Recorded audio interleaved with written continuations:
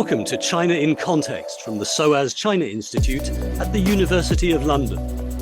I'm Duncan Hewitt, and I'm now taking over hosting the podcast from our colleague, Duncan Bartlett. In this episode, we're looking at China's role in the recent COP29 climate conference.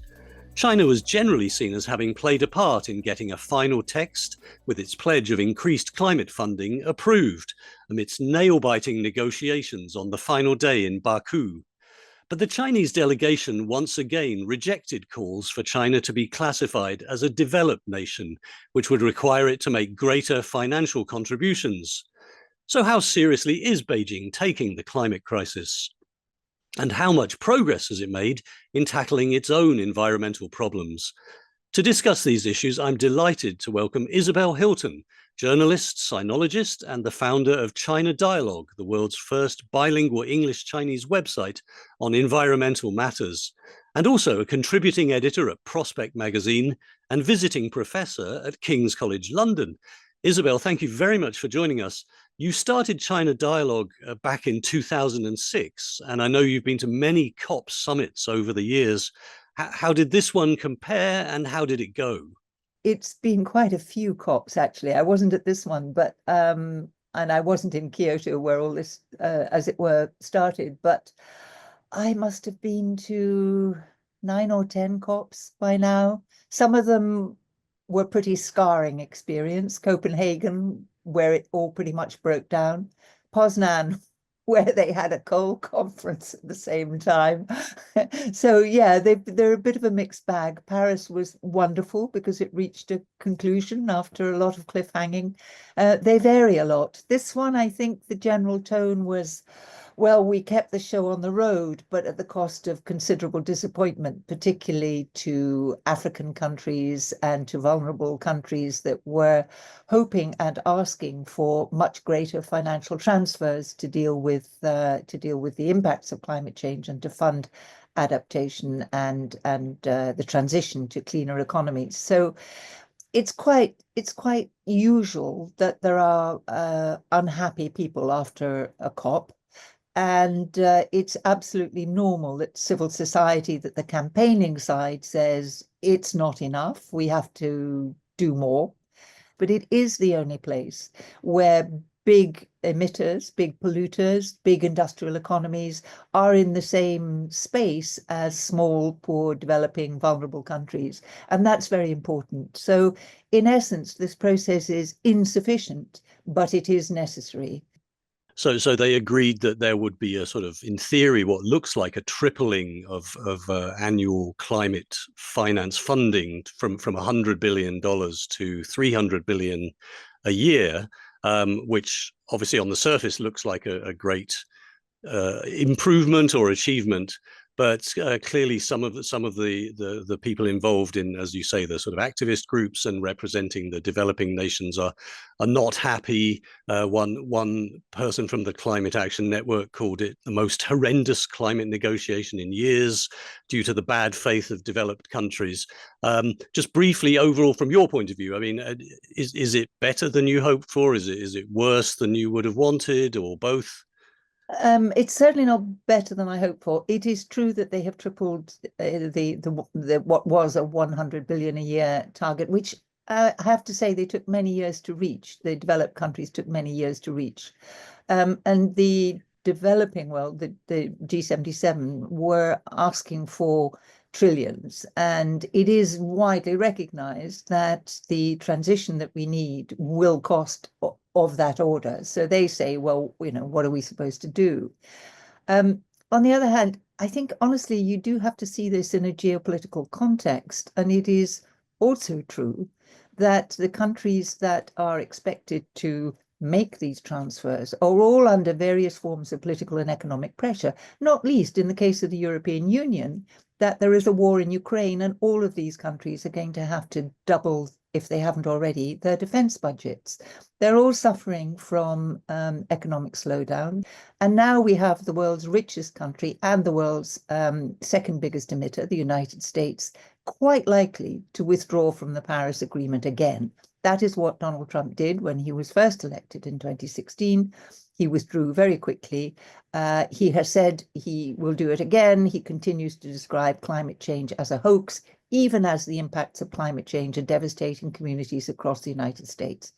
So the country that has contributed most historically and is the richest economy in the world is not going to be putting funds in. So I think that if you look at the picture in the round, of course, it's disappointing for developing nations. But honestly, if European countries had responded to the figure that was demanded by the emerging world and by the vulnerable countries, it is quite likely that those governments would have been thrown out at the next election and replaced by potentially right-wing governments that are climate deniers. So again, we have to look at this process in the context of the possible, and politics being the art of the possible.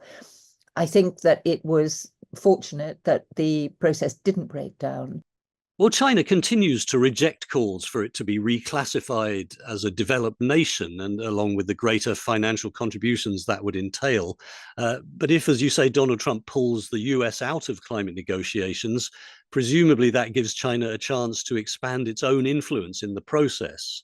And overall, the Chinese delegation in Baku seems to have been seen as playing quite a key role in getting countries from the global south to ratify the final agreement. Is that a fair analysis?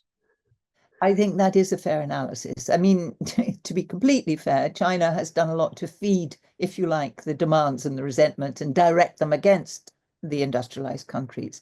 But when it came to the point of potential breakdown, and it was very close to breakdown because a number of countries had walked out, then China does have the heft to go and talk quietly to these countries and say, look, an inadequate deal is better than no deal at all. And that does appear to be what's happened. And I think that, you know, those who observe China closely in its negotiating style essentially say that China's leadership, if there is a vacuum created by the United States, that's kind of what China's leadership looks like. It's not that it's setting, you know, ambitious stretch targets for itself. It's not that it's proclaiming itself a leader, but it is kind of managing behind the scenes, and it is making sure that things keep on track. It's just not quite as ambitious as it would be helpful to see. You know, this is the nature of negotiations. As to where China will situate itself with anticipating the absence of the United States. The last time this happened in 2016, 2017, China stepped up and said, China respects its obligations, you know, stay calm, China's here. And you know, that did, every time the United States does this, it burnishes China's image. Now, China, in climate terms, has a complicated image. It is the world's biggest emitter, and frankly, you know, unless China reduces its emissions dramatically, this whole game is lost. At the same time, as you know, China is the major producer of all the technologies, the goods and services that are needed for this transition, and has succeeded dramatically in establishing itself. And bringing down the price of these technologies. So it is now perfectly feasible, given the right financial structures, for emerging economies to leapfrog, not to go through the coal and oil phase of development. Everyone needs energy. Everybody needs to power production and life and transport increasingly. But you can do it now, actually rather cheaper, with renewables because of China. So China is, in that sense, absolutely a leader. Where it's not so much a leader is that it has been, its mitigation, it's not nothing, but it falls very, very far short of what's required. So it continues to create the problem whilst offering solutions to the problem.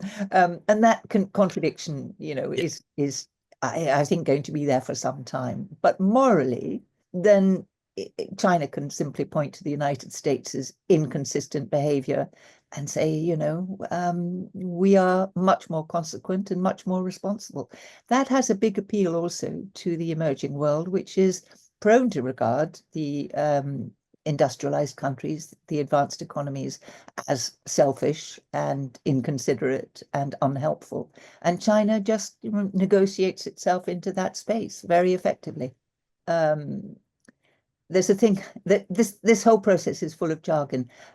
Common but differentiated responsibilities is an expression that China it deploys rather too much. China's known as a tough negotiator in these circumstances.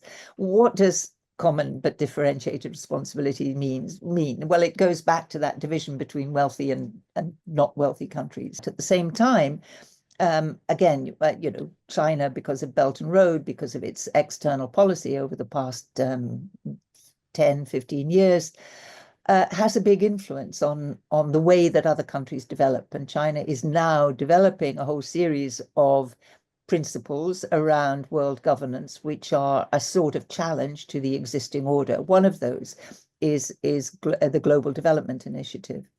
So at the conference, China refuses to join the multilateral efforts, if you like, of transfers of finance, or the proliferating number of climate funds which have been appearing over the last few years. But it does say that China itself has donated already quite a substantial sum of money. Well, it's not a particularly substantial sum of money, and there are no details attached to those funds. So we don't know whether they were loans, if they were loans, what the interest rate was. Very, very little of China's foreign financing is actually in donation. It's largely in loans or investment. And is that also through things like the Belt and Road Initiative, where China, funds development in countries bordering it and towards Europe? Well, the Belt and Road Initiative had a huge surge in funding in the beginning from 2013 to 2016. But if you actually look at the amounts of money that China has spent on the Belt and Road since 2016, it pretty much falls off a cliff. In those early days, a lot of it went into energy projects, but they were the wrong kind of energy projects. So they were new coal-fired power stations, for example, or they were to do with fossil fuel development of one sort or another. So that actually wasn't helpful in terms of climate. However, Xi Jinping made an announcement to the United Nations in, I think it was 2020, to the effect that China would no longer build new coal outside China on the Belt and Road.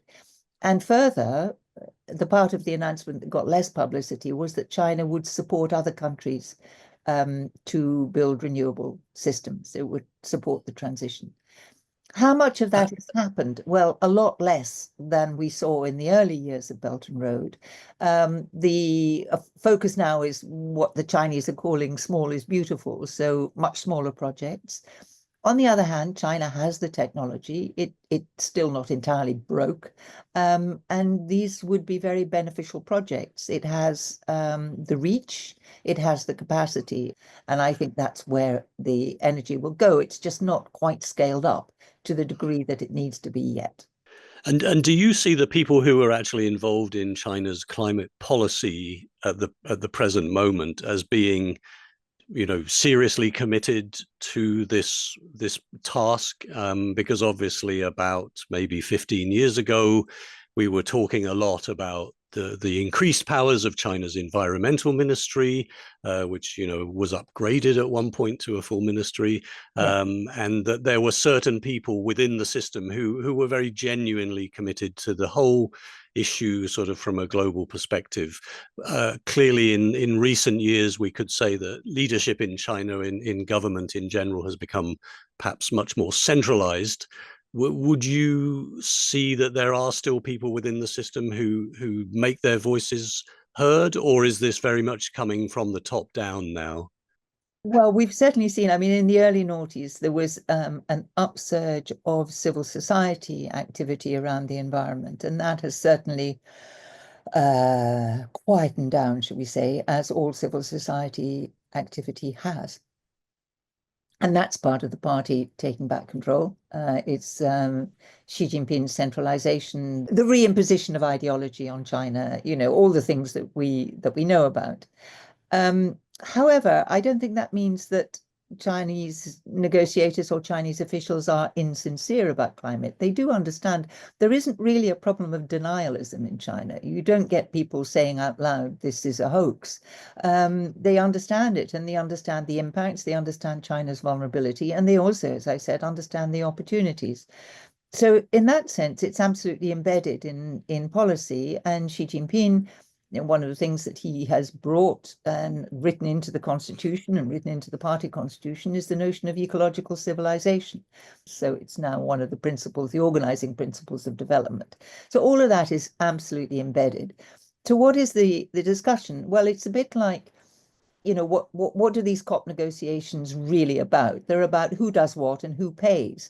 And inside China, you have the same problem. You have this constant back and forth between, different priorities. In this case, recently, energy security and general security and geopolitics have also, played a part. You have provincial governors who are trying to meet development targets and economic targets. At the same time, they are trying to contribute to whatever the plan is for energy efficiency and density. So you have all of this going on. As in any polity, you have a contest for whose priorities count in the direction that the country takes. And well, shall we perhaps talk a bit more then about the direction that China is taking now domestically in terms of energy and this transition that they've talked so much about? I mean, overall, do you feel that the process has been kind of bogged down, or is it actually accelerating still? China had set a target for peaking its carbon emissions, CO2 emissions by 2030, I believe, and now there's talk that is going to be reached much sooner, within the next year or so. I mean, I don't know how you measure this reliably, but at the same time, China is still building lots of coal-fired power stations. I think there was 90% of the global total last year, and I think they've said they're going to build 80 gigawatts of coal-fired power this year. But at the same time, we're hearing that the number of approvals and new projects may be down, and that maybe the trend is going to be a decrease as renewables do get cheaper and more reliable. So where does it leave China? Is it moving forward? Yes, it's moving forward. Is it moving forward fast enough? No.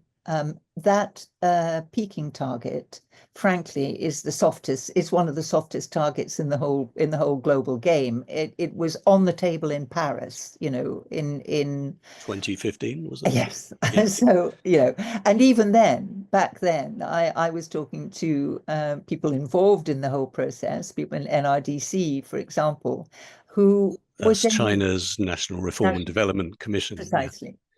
Who were saying we could peak at 2022, and so, to peak by 2030 is a very soft target. And the question is, at what level do you peak? And then how fast do you bring your emissions down? Those are the numbers that really count there. Now, it's not that China's been doing nothing, but it hasn't been setting absolute targets on the whole. It's been setting what are called energy density targets, and that's how much energy you use to produce, let's say, $1 of GDP. That has been steadily improving, but it doesn't necessarily mean your emissions come down, because you can be more efficient, but at the same time, if your energy demand is going up, you're still emitting more. It was going a bit better until a couple of things happened. After the pandemic, there was a big sort of distortion in coal prices, and coal prices went up. And there were power cuts in China. There were power cuts in China because the coal-fired power stations were actually generating at a loss because of the coal price. So they stopped generating. Essentially, that's how they dealt with it. So there were power cuts. The following year, there were power cuts as a result of a drought in Sichuan, which is the big hydro producing province. So there were more power cuts. So you had an economy that was trying to recover from the pandemic, facing big power cuts. It's also always the case that China thinks about the fact that apart from coal and hydro and nuclear, essentially its fuel is imported, and an awful lot of it came by sea. There's been a pipeline policy for 10 years. Still, a lot of China's energy comes by sea, and So this is oil and gas. oil and gas, and they were LNG and oil, and they worry, and some coal actually for certain processes, but they worry that they could be blockaded. They could, these supplies could be interrupted. So it's the sort of energy security question that Exactly. kind of militates against clean energy. Yeah.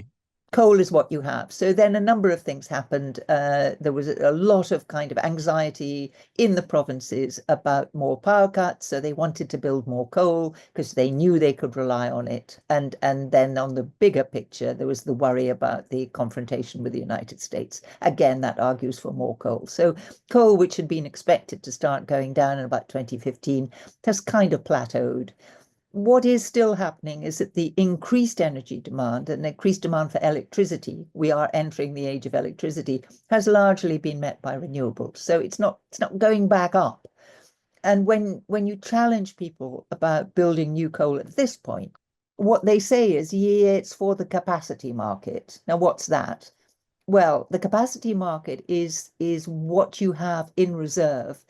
Are the new coal stations generally using the latest technology? Because obviously there's carbon capture, and China has actually pioneered some experiments with that in Shanghai, yes. I believe. They're not really using carbon capture, because the problem with carbon capture is not that it doesn't work, but if you use it, coal is no longer cheap. It's expensive. And so there has been, the market really is not enthusiastic about carbon capture. But they are highly efficient in that they emit much less than dirty old power stations used to. They're what's known as supercritical. So they are the world's most efficient. But nevertheless, so less methane. Yeah. Well, methane also comes from the earlier stages of coal, and that's another big problem. And China has a whole load of very old and sometimes abandoned mines which are still leaking methane. The other demand for coal-fired power stations was what is known as captive plants, so that if you have a big factory with a high energy demand, you often build your own coal-fired power station next door, just because that's what you can rely on it. You're not going to have to interrupt production if something goes wrong with the public supply. So there is still demand for this, and it is a problem. So what we have to hope for is that China's renewables grid, which also needs investment and development, can be accelerated, and that in fact this coal might just turn out to be a massive stranded asset and get shut down early. Otherwise, I'm not sure that China's going to meet its targets at all. So the renewables grid is something that they need to put money into. Is the government committed to that sufficiently, would you say? Well, I think, again, China's not very different from everyone. You get to a certain point of managing renewables and you just need a different kind of grid, because the old-fashioned grid, you had a great big power station and all the cabling emanated from that power station, taking power to your consumers. In a renewables grid, you have lots of points of power. You have surges in supply, which don't necessarily match surges in demand. Now, China's grid is very, very highly centralized, and it's going to take quite a lot of work to make that grid flexible enough to deal with that kind of expansion. So yeah, I mean, everybody knows this has to happen. State Grid is one of the world's largest companies and quite a handful, and a lot of the policy people that you speak to in China slightly roll their eyes at the mention of State Grid, because they feel it hasn't been terribly kind of front-footed and helpful. But it's going to have to happen if this expansion is going to continue. The other thing that's going to have to happen is storage, and we all need storage to manage an intermittent supply. So when there is no wind, when there is no sun, you have stored your surplus power and you feed it back into the grid at that point. That's better than using the coal-fired power stations as a backup. And how do you see public attitudes these days? Are people demanding that the government moves ahead with renewable energy? There was obviously a lot of concern at certain points over the last 10 or 15 years about pollution and the way that was affecting people's lives. That led to some public pressure Do you still see that? Clearly, as you say, civil society is less influential perhaps than it was 15, 20 years ago. The media also used to play some kind of a role in perhaps pushing people's demands for a cleaner environment, and the media these days tends to be less outspoken. Where does that leave us in terms of the pressure on the Chinese government from, within the system, but within the country, but outside the system? Well, you're absolutely right, that those pressures are very much more muted now for political reasons. And the protests in the noughties were largely about pollution, which was visible. You could taste it, you could smell it, you remember it. It was pretty dreadful. Climate change always had a slightly different, it occupied a slightly different position in terms of public discourse, which was essentially people were less well informed about climate change. Where they were informed, they tended to take the government line that the rich countries caused it and the rich countries need to fix it. So it's also quite difficult. It's difficult enough in liberal democracies for people to feel agency in terms of climate change. It's even more difficult in China, where there is less individual agency as a citizen in any event. And you probably live in a massive tower block, so the option of putting solar panels on your roof isn't really there. So there is a whole question about, well, what can I do if I feel that the country needs to move faster? The big winner, of course, has been the electric vehicle market, where China has invested heavily in the production of very good and relatively cheap EVs. And the public policy has swung in to support that by overcoming initial reluctance. And these things have an effect. And a change as big as moving to an EV, of course, there's a lot of uncertainty about it. But that has really taken hold in China. So as an individual move, I think that is probably the most widespread. Certainly the last time I was in Shanghai, which was last year, it was very noticeable that the taxis had actually all become electric. Yes. So the old Santanas were no longer to be seen, and it was all the Chinese-made electric vehicles. But is that in itself great progress? Because in the end, it depends on where that electricity comes from and how it's generated. It does, you're right. And if it's generated from a coal-fired power station, no, it's not a whole lot of progress. But that the adoption of EVs as a kind of widespread habit, I think, is really important. And it becomes in itself a driver for cleaner electricity, because that becomes much easier to measure.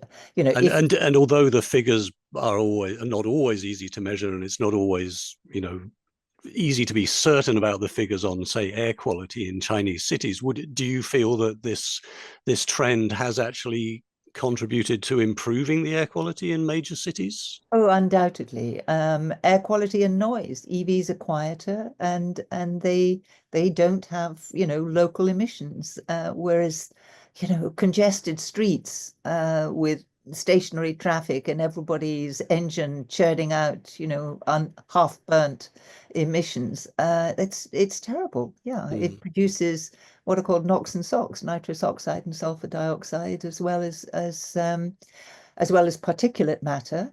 And Chinese are very well informed about particulate matter.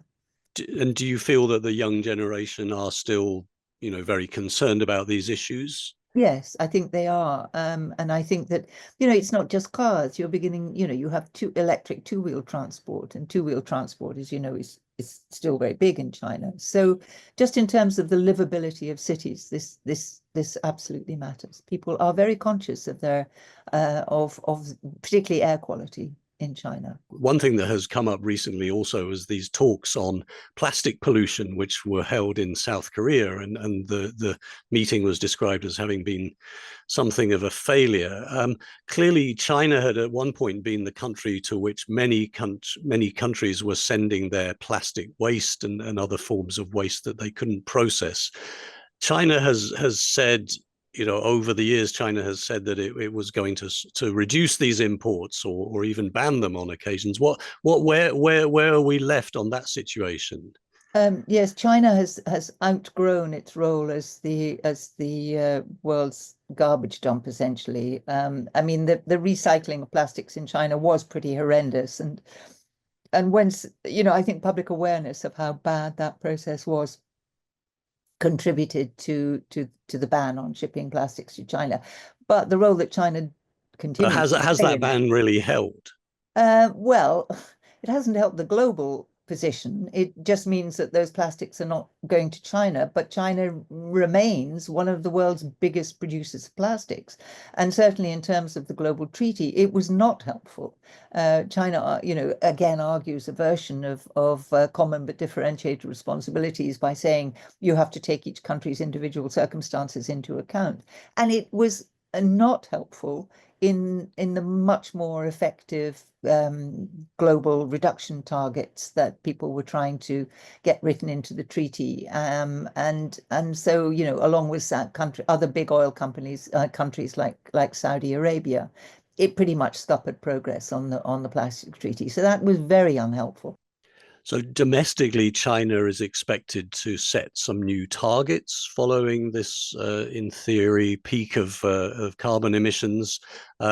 What kind of strategies do you think China is likely to implement, and what are the things that you feel they could be doing more of? Moving faster. I mean, allowing for the fact that it continues to argue that it's really not obliged, China will try to set a target that deflects criticism, but a target that it feels it can safely meet. It has, at the moment, a fantastic capacity to produce all the renewable technologies. So it has a huge opportunity there. And I think that is where it will go. It will set some targets which are achievable, but which fall short of Paris requirements. But it will improve its current performance, I'm pretty sure. So maybe in a world where the US is pulling back from this kind of global role, China's position will be increasingly important. Well, yes, and it's an easy win diplomatically for China, frankly. President Trump is making China great again in diplomatic terms. I think they will have to make some effort, given the other factors which are arguing against them. I mean, China's emissions continue to rise, and they are at a very, very high level. So what will matter after they've peaked is how quickly China can bring them down. So what the 2035 target looks like will give us a much better sense of whether China is going to blast through the Paris targets or not. And from your point of view, what would be the most effective strategies that a country like China, at its state of development, its economic stage, could implement realistically to actually help to reduce these emissions further? Well, I mean, more of the same. I mean, China has come a long way in the last 10 to 15 years in introducing and implementing real regulation. Because when China's industrial revolution took off in the 90s and the early noughties, it was pretty much GDP at all costs, regardless. So all the pollution got essentially dumped on the public. It got dumped into the air, into the water, and into the global atmosphere. But for the last maybe 8-10 years, China has begun to tighten up its regulation. It's begun to implement serious fines for pollution, fines that might change behavior, and it's setting targets for big companies that were substantially fossil fuel companies are being recruited into the industrial effort on renewables, and that really gives China enormous potential for moving faster, and it is going to have to move faster. The other relatively easy hit that China has is over methane, and that has been one of the few strands of conversation on climate that have survived between the US and China. In Glasgow, at the Glasgow COP, there was an announcement that they would resume cooperation, and methane was a really important part of that. And if we are missing all our other targets, as at the moment we are, to achieve a rapid and substantial reduction in methane emissions essentially buys us time, and we need we need to buy time right now because we are perilously close to the edge. So, I mean, as I mentioned, China has huge methane emissions from coal mines. That's not hard. China could seal off the abandoned mines. It could, concentrate coal production in relatively fewer places. It could get its oil companies, as everybody needs to, get its oil companies to clean up their own methane emissions, stop flaring, capture. That would help. That would help a lot. So we'll see. That again was something that was under active discussion with the United States. And even if the United States drops out, I think China could very well pursue that. Isabel Hilton, thank you so much for sharing your thoughts with us. Well, that's all we have time for on this edition of China in Context from the SOAS China Institute in London. You can find more information about our regular public lectures and blog articles too on the SCI website at soas.ac.uk. We'll be back in 2 weeks' time. Until then, from everyone here, goodbye.